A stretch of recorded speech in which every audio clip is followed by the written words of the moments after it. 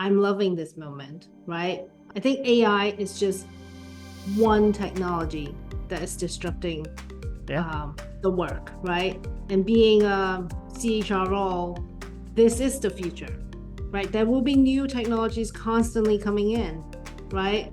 And I'm loving it because that's where my background is. I chose to be an engineer because I love to tinker with things, like create things and solving problems. And I actually cannot wait for what is next after AI. For the right person, I think this is a super exciting time.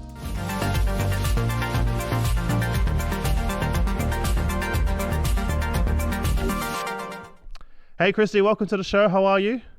I'm great. Thank you, Chris. Nice to see you again. Are you like me? You've got the fake plants behind you, trying to pretend that you. Is that a real, or is that a I real think one? we're trying to map and like match your background so that we feel like home, you Yeah. know? Well, we tried getting real ones in the studio, but I'm not consistent enough to keep them alive. I feel really bad, so I was like, let's just get some fake ones. I just these poor plants are not surviving as As well. long as it's not virtual background, it's Yeah. not virtual, it's just fake. That's Yeah, all. the amount of people that still think this is virtual. Like I get a lot of people like, "Oh, is that fake behind you, Chris?" I'm like, "No, it's a real thing behind. It's not fake, but it's hard to know, right?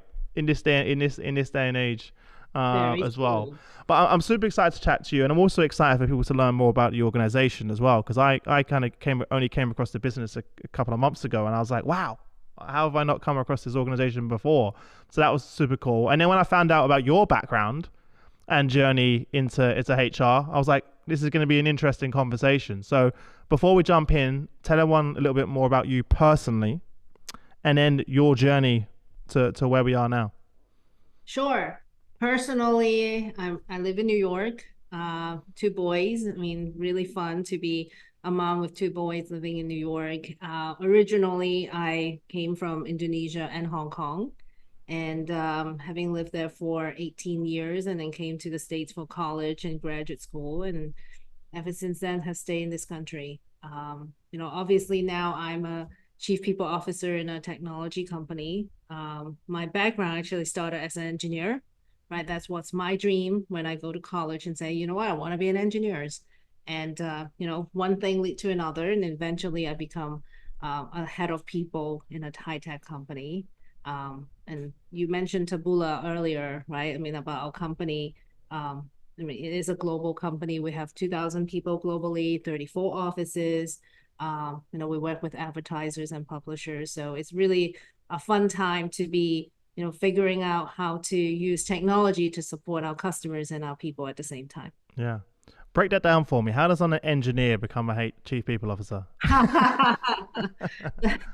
Yes, I mean it's actually interesting, right? I mean you're coding one and zero, and then all of a sudden you become chief people officer. How does that happen? Um, well, I would say that my journey uh, was atypical, right?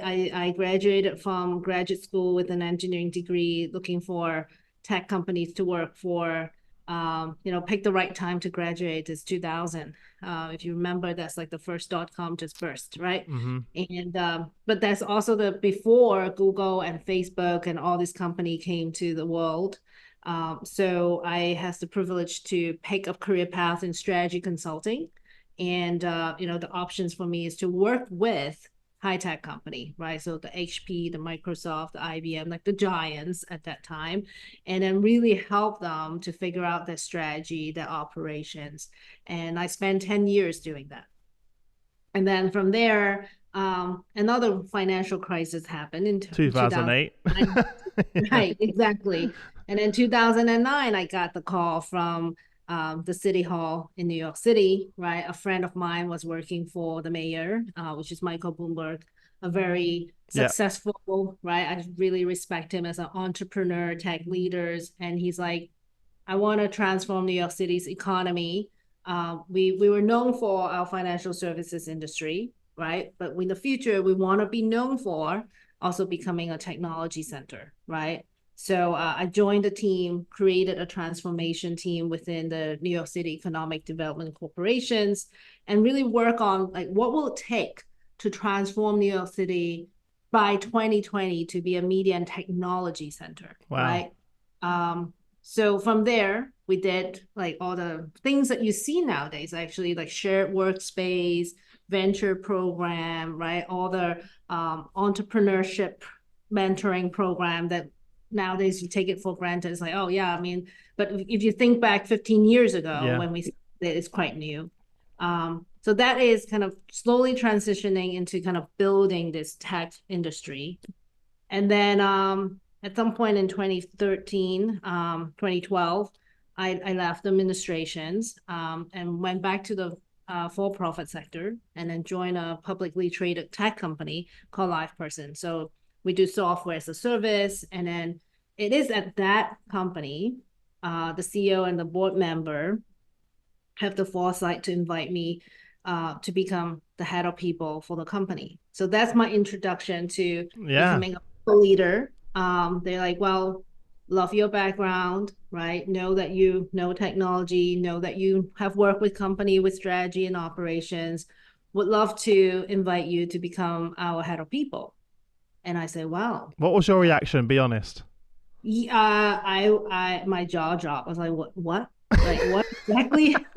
What what exactly do you want me to You're do? like, am I in trouble? No, I'm joking. Right. Usually when they say, the HR word is like, oh, what? I'm meeting with HR, right? I must be in the principal office. Yeah. Um, I couldn't believe it. I actually said no. Mind you, I was also like 7 months pregnant, Oh right? wow! What a time to get What a what a time to time. have that conversation as Right? well. I don't know. Is my hormone talking to me? Is it like my brain, like which brain is talking to me?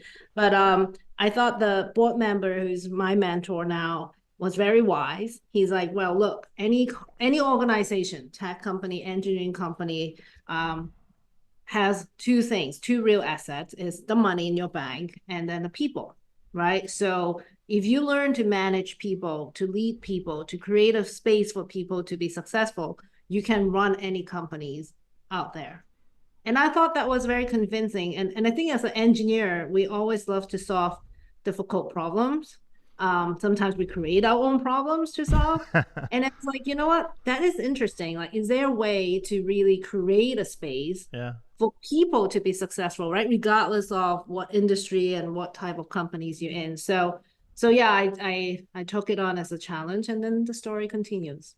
So what did you go on maternity leave, and your return from maternity leave was straight in the deep end into that role? Like just Right. I took it on before I went on the leave. oh okay. Okay. And at that point I was like, team, please don't leave. Right? They're like, wait a minute, who's leading us now? Exactly. I think you should interview my team and say, well, what was your feeling when this person Yeah, just yeah. showed up and lead the team? And I think I was very humbled, definitely vulnerable in that position. I went to the team. I have some really good leaders already in place, and I say, team, I'm honored, to have this opportunity to learn to lead the team, but I need to learn a lot from you. And by the way, I'm going on leave in like a couple of weeks. Please don't leave. Like, give me a chance, give us a chance to work together. And they did stick around, so I'm really appreciative Yeah. of leaders Well, who they did gave me that. They a did that chance. because of your humility, right? And they did Uh, that because you came to them. You could have come in and been like, like this is what we're gonna do. This is the direction, etc. And like, have been worried about showing any type of vulnerability. But because you led with vulnerability, that just made them step in one step closer and go, okay, right. This is like refreshing, right? to have that. yeah, I think is I acknowledge what I don't know, Yeah. but I hope I did let them see what value I can bring to the table, Mhm. right? So before I took on that role, I was the right hand to the CEO, right? I was his chief of staff. It was a turnaround situation. So I had a seat at the You table was at the man. ingrained in the business, really. You're fully ingrained in the business. Exactly, Mm. exactly, right? So what I'm asking for them is to meet me in the middle, right? I'll come to you all with this is where the business is heading. This is the business challenges. These are the opportunities. Help me understand how HR can help the companies achieve the goals. Yeah. Right. So I thought it was a fun time. I mean, the turnaround was successful. We spent 4 years working really hard on it. Yeah. I also learned a lot. I mean, I had no idea what HRBP is, total reward. I mean, I'm sure you've heard this from all your You're interviewing. like all of the acronyms you have to now know what people are saying. You're like, what does that mean? Yeah, Like, yeah, totally. Like, yeah, help me, right? And then it's a publicly traded company. So, if you're a private company, you run it a certain way, but yeah, publicly traded company has a set of rules. So it was quite a learning journey for me. yeah. It's interesting how some of our leaders and mentors can see things in us that we don't see in ourselves, right? As Yeah. well, because as you said, that's a natural reaction, and many CHROs that I spoke to recently, like I just interviewed the CHRO of L'Oreal, Stephanie, and Mhm. she had 20 years in the business in L'Oreal in other functions, R&D, operations, etc. Now she's a CHRO, first time, straight in the deep end.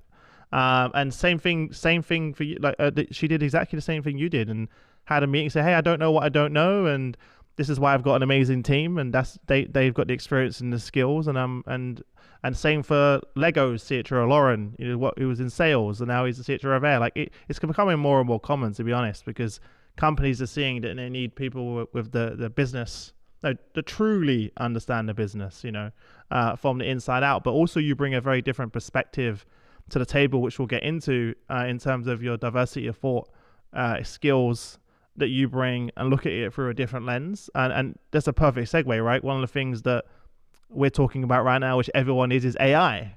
Right Mhm. now, literally in 2 weeks, I have 10,000 CHROs joining our AI HR summit, which is hard to even believe, considering, I don't know, you told me 20 years ago I'll be talking about AI and HR, I would have laughed at you. I was like, what are you talking about? AI and HR, and here we are. So on that point, given your background, what are your views and thoughts and perspectives on AI? Because you have a quite a unique vantage point given your experience. Yeah. Super excited. I mean, I think AI is going to change how company operates, how we individual operates, how our team operates, right? I remember when I first graduating from college, this is when uh the I don't know, the World Wide Web just really become popular. I remember my first job, having the senior partner in the company, and the secretary was printing the email for him to read. It's like, printing emails, That's right? crazy. Yeah, that's crazy. It Right. can't... And I feel like we're having that deja vu moment now, right? It's like, okay, like everyone is trying to dabble into AI, right? And then a bit scared, a bit unsure what that really means, right? But yeah, I think I mean, technology is going to move faster and faster. I believe I don't know, 12, 24 months, it should be a common language, common tools, common way of doing things. Like if you're not touching AI on a daily basis, something is wrong. It's almost like if you're not chatting or texting or emailing people on a daily basis, you're not in the loop, right? So I think it's going to have tremendous impact, Yeah. changing how we do things. Where do you see that AI is going to have the biggest impact in HR? Where do you think it's really going to? Yeah, I think there's multiple layers, right? And then I'll start with the most basic layers. It's just how we do things, right? There are things that now we can automate, right? I mean, being a global company, as simple as even drafting the communications, right? We always say, oh, we have a writer's block. Nowadays, you should not have a writer's block. You can just ask AI to, hey, these are the couple bullet points. And even for me, I did not grow up like English is actually still my second language, right? So having a tool to even just give out the points and list the things that you want to talk about and turn it into a draft on an email, that is kind of a basic requirement, right? But I think is how do you then take that to the next level, right? To speak with your voice, to really insert the human component. I don't think I've trained my AI smart enough to speak for me yet, right? So, and also they might give you the basic informations, but you still need to go one step deeper, right? So I've seen employees who gave me work project outcome or looking at a problem, I was like, okay, this person really just use AI to do his or her work, right? It's not that different from our kids nowadays. Like the teachers know, like when you submit a homework, hey, did you actually think about it or did you ask Gemini or ChatGPT to do the work? So I think Yeah. basic requirement is learn to use it, but use it as a tool to get things started and take it to the next level, right? That's just day to day how we do things. I think there's a lot more administrative work, automations work that you will see in people operations overall. But that's, as I say, level one. I think level two, as HR organizations, like think forward for the company, right? First, you need to learn how to do it yourself. And then you need to then lead the company or support the company to do it as well, right? So what type of skill sets are we thinking about, right? I mean, I'm very active in the engineering school space. I'm in education, so I'm still active in my alma mater. And, prompt engineering. If you talk about it 20 years ago, people be like, One, what? 2 years ago, 3 years ago. 2 years ago, right? Yeah, right. Engineering, right? So there's now a new field in Yeah. engineering in terms of how do you design, how do you train, right? Different profile, different persona, right? That will also, as a tech company, we should also look at what does that mean in terms of upskilling our workforce, I've right? seen, by the way, like in the last 3 weeks, probably 4 or 5 of the biggest companies in the world hire prompt engineers dedicated just in their HR team.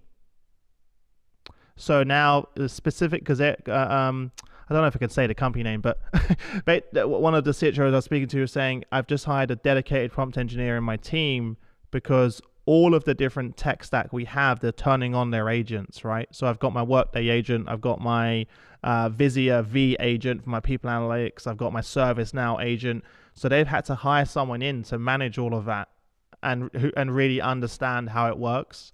And it's like, that's a brand new skill in the HR that doesn't currently exist in 99% of HR teams. No, That's going to have to exist to be successful. I'm not surprised. I mean, we are building our own AI tool internally, even within HR and people operations, right? And that the way we work on it is we borrow resources from R&D, from our professional services team. So yeah, without hiring dedicated resources, we are getting those resources and support from other teams.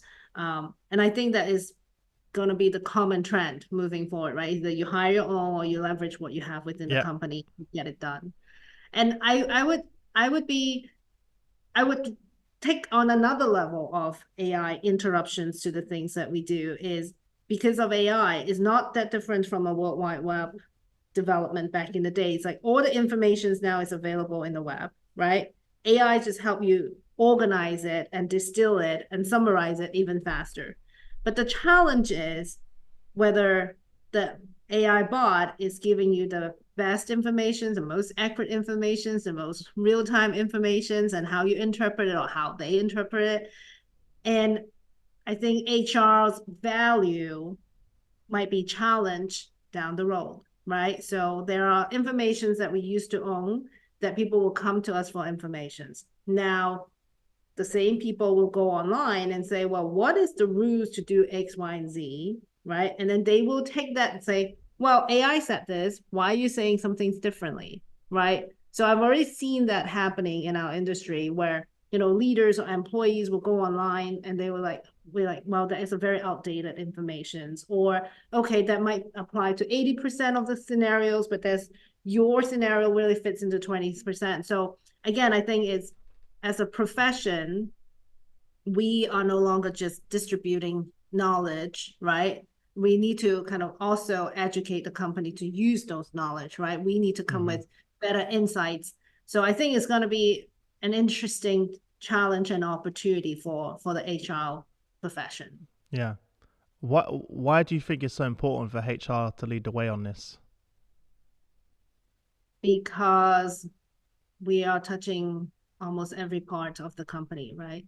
I actually have my global HR meeting this morning, and we were listening to the fight song. And I told the team, if you listen to the lyrics of the fight song, I don't know whether I can actually name a song on your show. Yeah, you Um, can do that, of course. Talk about that, we are a small boat creating big wave in an organization, right? And I truly believe that's what HR organization does, right? I don't think we need to have a very large team, right? But we need to be very effective. We need to be scalable. And then we need to touch people, touch leaders in different way to create the wave, right? And I think this is an external wave coming at us. It's called AI, right? And we need to embrace it. And the way that we can embrace it with HR is to, work with the leaders to think about what does that mean for their organization? What does that mean for their processes? What does that mean for their people, right? What does that mean for our culture?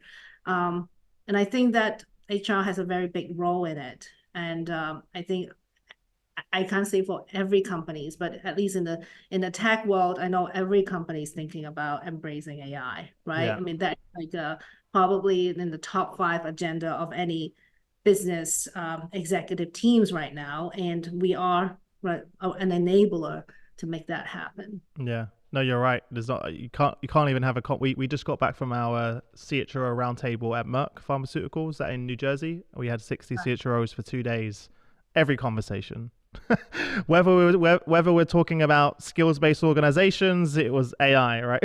Whether we were sort of talking about people analytics, it was AI, right? Everything, like literally every conversation. DEI, we had our session around diversity and inclusion, talking about how AI is going to impact DEI. So like it's touching every single part of the organization. Yeah, and I think as a technologists or engineers, I'm loving this moment, right? I think AI is just one technology that is disrupting the work, right? And being a CHRO, this is the future, right? There will be new technologies constantly coming in, right?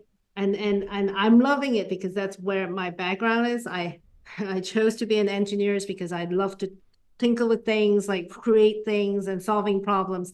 And I actually cannot wait for what is next after AI. I don't know. You're the opposite. You're the opposite of every other CHRO.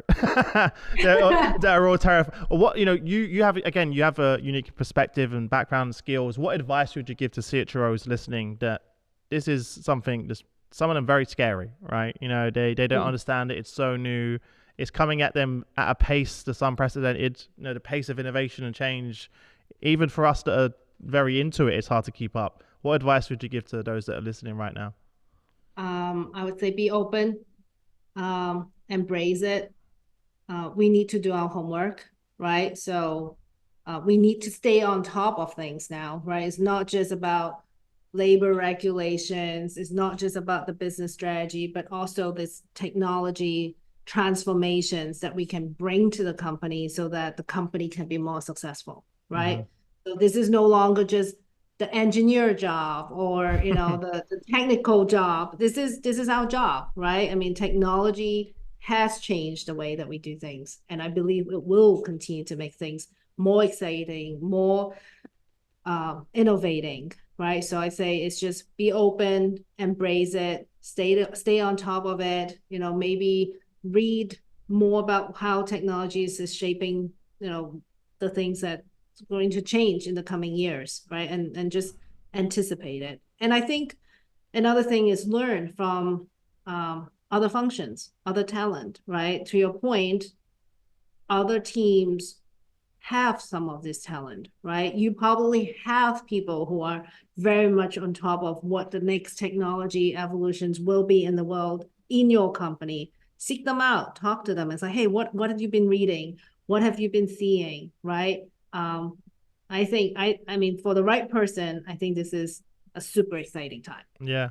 We saw the same thing, didn't we, with people analytics, where most of the heads of people analytics came from within the finance team, the marketing team, the product team, sales, and now into that role. One of my good friends is Dawn Klinghoffer, she's the head of people analytics over at Microsoft, and she came from the finance team many years ago, and now she's heading global people analytics for Microsoft. And I see that same thing play out in many companies. You're right; those skills probably already exist. They do exist in your organizations, but you have to take the first step and go seek them out as well. So a lot of people immediately make the decision to look at externally before they really look internally. And the advantage there is that that person already understands the business as well, right? So there's a lot more value that's untapped in that space.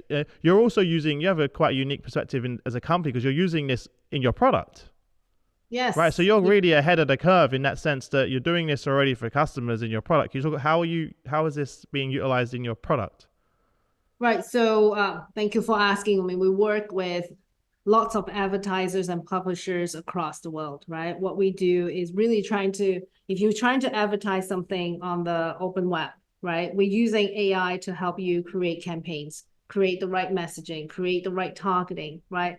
So I would say AI, the term itself might be new, but within Taboola, we've been doing recommendation, deep learning, machine learning.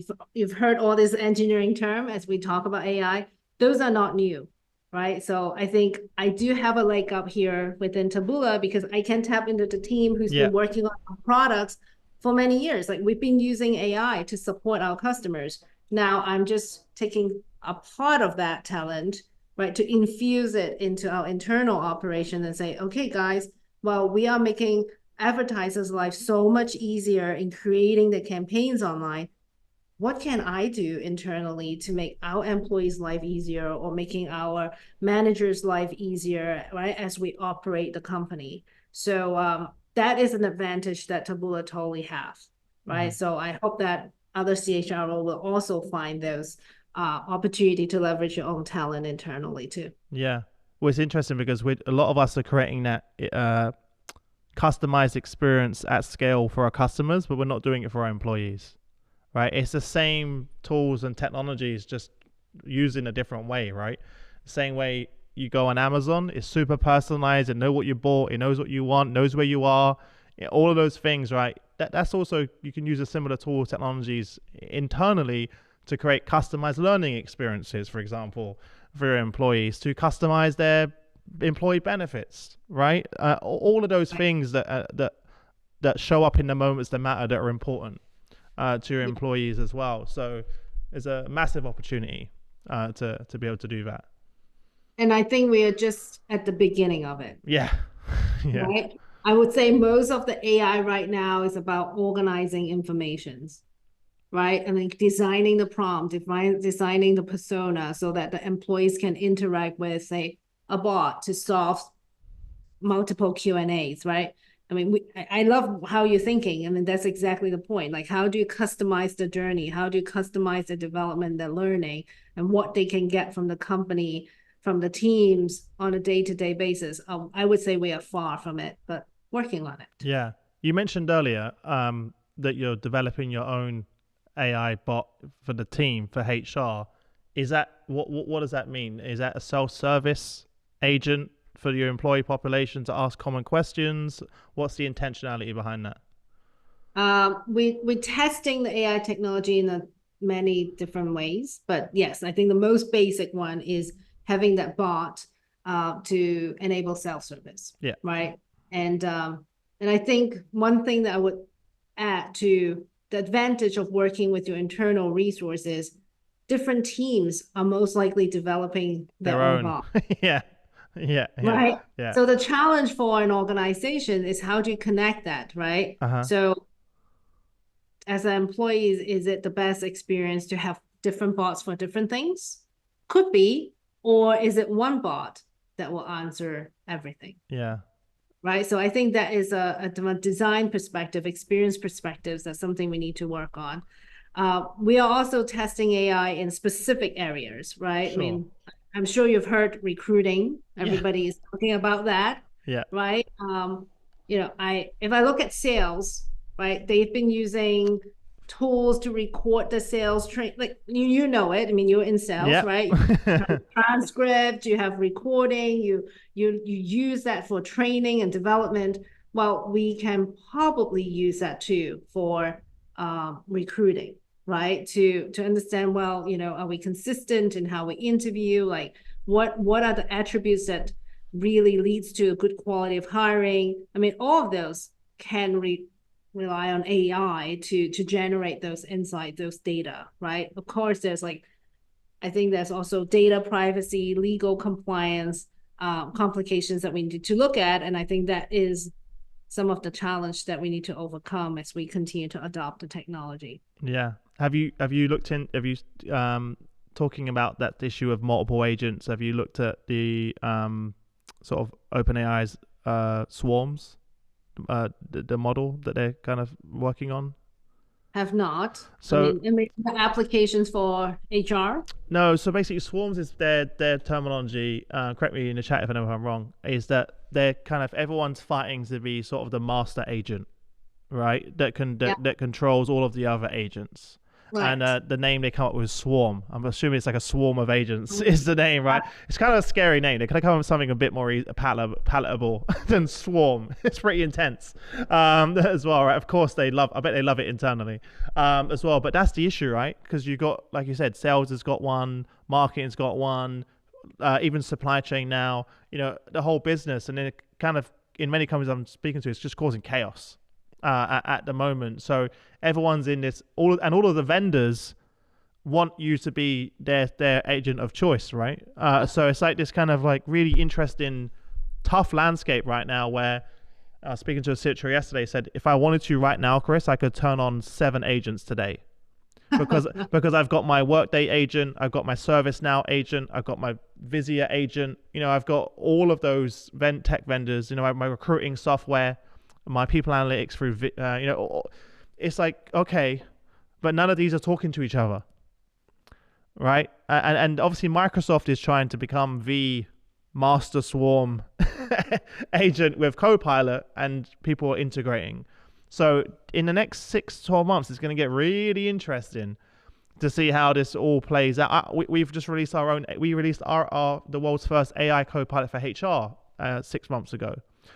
So we've now got, probably 70,000 HR executives using our agent every day. It's connected to all of their systems. It gives them instant answers to any HR question. It gives them up-to-date legal legislation. It's connected to their teams. It's connected to the ServiceNow. So we're kind of doing that ourselves at HR leaders, because we realize that, we've got 50,000 hours of content, quite literally, and thousands of pieces of content and research. And we built the first version just to help our leaders get instant answers to their questions, because we had too much content. If that's crawl through the content. Yeah, but not just crawl through the content, but take you to the exact second in the video that gives you the answer, the exact line in a document, right? Translate it into any language for you. As well, so you can listen to me in any language. This interview we're doing right now will be immediately uploaded into our agent after for our and most of the listeners now use the agent to ask questions to the podcast. Hey, what's been shared so far? What were some of the key takeaways from this episode, right? And then it will say, oh, by the way, internally, this is some of the policies you have around this, or here's some learning content, because we've already connected it to your systems. So that's when it starts to get really interesting as well, is you have sort of the practitioner insights, you get the external data and research, you get your internal documents and resources, and we also have various thought leaders that add content every week. And now what would normally take you months or weeks to gather, you can just get that all in one, area as well. So you are right. It's an amazing time to be in this space. Right. And then the question is, besides data gathering, data analysis, right? That's, again, the minimum or the basic level of AI. Yeah. What's next, right? How proactive can it be? Taking actions, right? Predictive can it be, right? And how insightful can it be? Is what do you use with all this information? I think is the most important questions to answer. Yeah, and that's exactly. Technology is out there in digesting the data, right? Think faster than a human being can. Looking through all your sound files or data files and generating those insights. Yeah, I should really play with it. I'll send you a link. Yeah, the next evolution, we're seeing everyone do this, so we're going deep on this for everyone listening right now. But here we are. Is the ability to take actions, right? So that's the agentic, which we're moving to now, and also the bidirectionality. So our agent, unlike ChatGPT, it won't just throw you all the information. It will ask Okay. questions back. It will have a conversation. So it helps lead you to the specific answer. Because if you just say, how do I lead remote teams, and it just throws all this information, it lacks context. So it doesn't Yeah. know who you are, your culture, your organization, your values, any of that stuff, right? What's your remote work? How do you work? Is it a hybrid? Is it all in office? So we feed that all up front for your agent. So we create a personal agent for each company we work with. So Yeah. it knows who you are, it knows your team, where you're based, all that. So when you're asking a question, it has context, and that's what ChatGPT doesn't have. It doesn't know it doesn't have any of that context. So that's Yeah. kind of one part, and then the second part is automating all of those tasks that you and the team do every day, so you can focus on strategic work and having meaningful conversations. So, one of our partners, I can't say the name, but we removed 700 tickets per month that their HR team was getting, and it was really basic stuff. And they already had an agent; they had ChatGPT's enterprise Yeah. solution, and it was still saying, and we both laughed about it kind of ironically, that when we asked the question, it said, "Go talk to HR," as literally. And she was like, "I'm embarrassed to even show you this, Chris," and she's like, "I'm gonna screenshot this and send this to my IT team as well." It's like, this is the whole point, we have this so it doesn't do this. But Yeah. the problem is the agent didn't understand the context. So if that person said, "I'm hiring a person in this country," or "I'm letting go of someone in this specific country, what is the labor law, etc." It doesn't have that. Whereas we've partnered with companies that we've integrated that data, so in real time it updates in our application. So wherever that person is in the world, they have real time data on to make the right decision, if that makes sense, as well. So that's kind of where we're moving to. It's not just a smart query or smart lookup. It's more moving to removing all of that administrative burden, and Yeah. also for the employees, they get the answer that they need, quickly. And it's in Teams. We actually integrated it into Teams, so it's in the flow of work. It's not like another tool, if that makes sense, that Right. you want to add. Anyways, so that's kind of like our vision of how we brought that to life. And my two co-founders, one's the former CHRO of Walmart, and the other's the former CHRO of IBM and Boeing. So we've got a great team that live and breathed it for 20 years And plus. choose and use it. Yeah, Exactly. exactly. So it's kind of it's really an interesting one. Um, how are you preparing your team in terms of their upskilling and reskilling themselves, given the pace of change? Yeah. Um, Both internal and external training, right? Development programs. Lately, I've been invited to a lot more seminar conferences, like learning from other companies. I feel like whatever in stock in terms of training, because of how quickly the technology is moving, Yeah, probably already out of date, yeah, right? yeah, So that's why I enjoy talking to someone like you yeah. or other CHROs, right? Understand, hey, what exactly are you guys doing? And I think it's not just the CHRO. I learned, I mean, for us, as you mentioned, we have the advantage of working with our R&D Yeah, team, our customer facing team, right?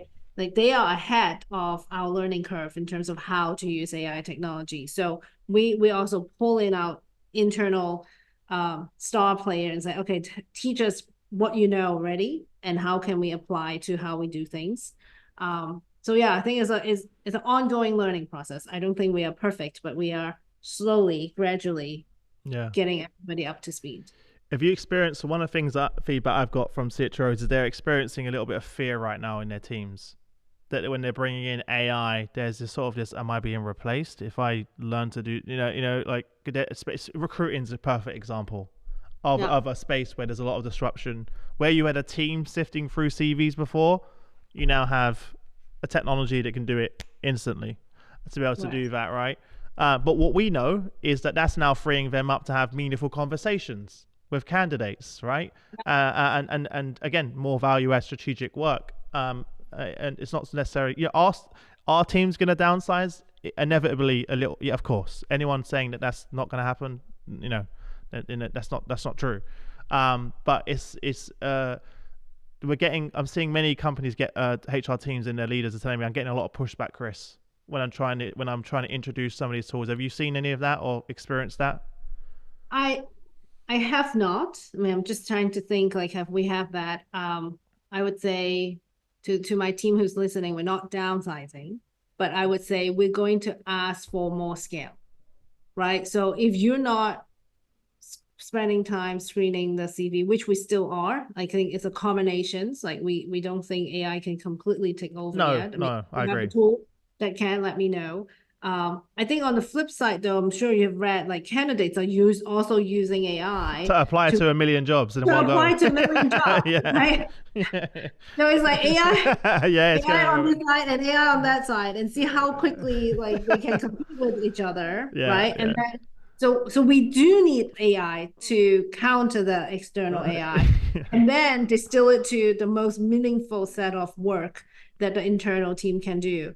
And I think the team is actually very excited, right? Because now they can actually do the interviews, they can train the managers, they can analyze the data. It's like, okay, this questions really work, or testing these attributes really help to generate great results. Because we're also trying to tie hiring data to performance data to development data, right? So I would say I'm very happy and fortunate that our team is more excited about these possibilities Amazing. versus fearing of losing their jobs. Yeah. No, I love that. It's a natural progression. It's like it's not that you're going to be replaced, but there's going to be someone out there that's doing what you're doing with AI Right. as well. So you kind of want to get on board now Yeah. with that. Sure. But I love that example. It's interesting, right? I was same thing. Like someone recently they said, Chris, we're seeing now like the same person apply for like 20 jobs in our company Yeah. because they're using AI just to apply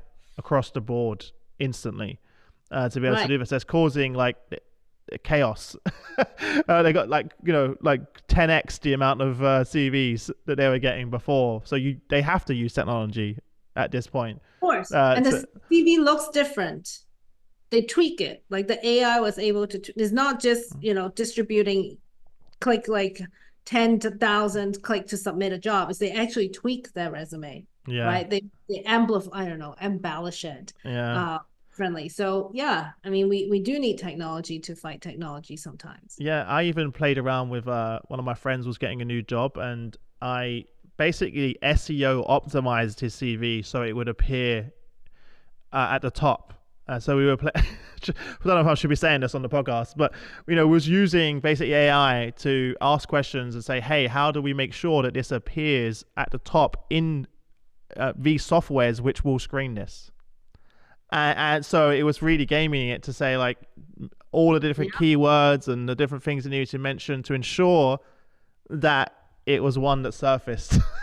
And it was like it did it, and it was very easy. And I was like, "Oh my god, this is crazy!" Like that. Did you get the job? I don't know yet. I don't know. But he's getting a lot. He's getting a lot of replies. So that was the main Okay. first. The first goal was Okay. the first goal, right? Was is he getting the calls, right? Yeah. And the answer is yes. So that clearly worked. So it's up to him now to get to do the rest as well.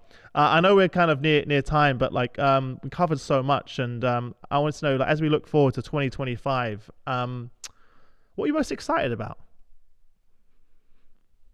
Personally or professional? Both. Let's say both. Let's make this personal and professional.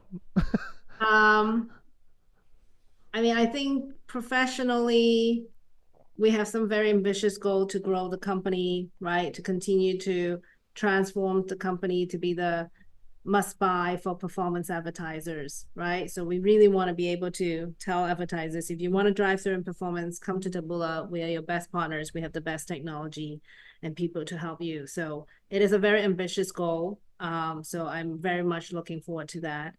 And on the personal side, that's a good question. I mean, usually I do this on like New Year's Eve. I would hope that next year's I will continue to focus on both my work, my family, and my health.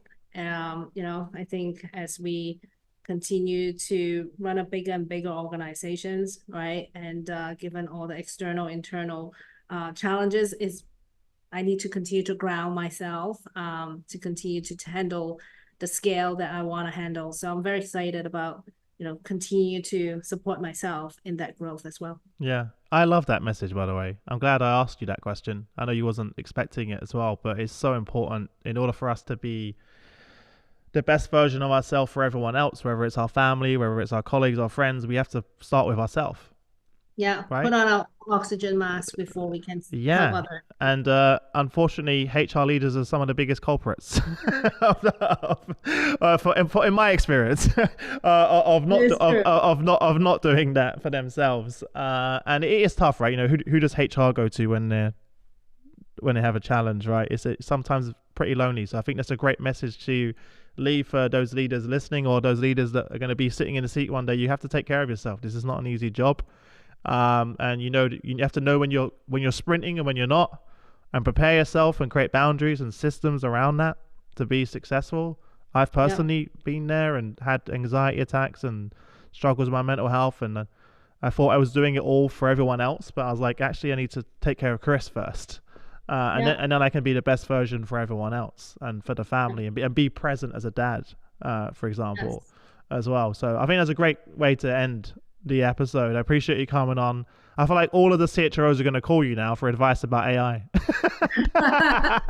They're going to help me, please. Kristy, help me. Or help me, so-and-so who's calling me. Do you have a better idea? Always learning.